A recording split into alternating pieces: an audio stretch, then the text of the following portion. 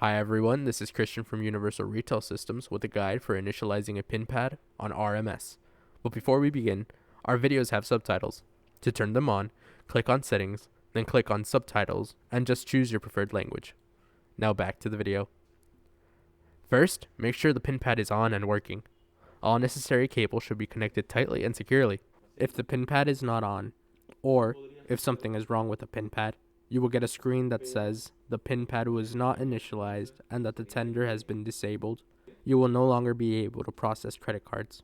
To fix this, turn on the pin pad and wait. The pin pad will run some tests before it's ready and turns on fully.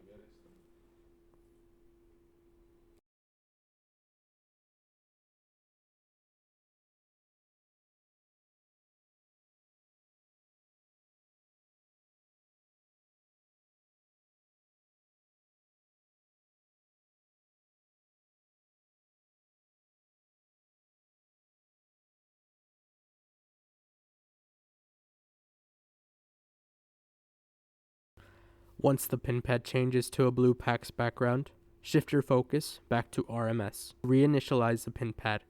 Press on the Functions key, then press on the key that says Initializations.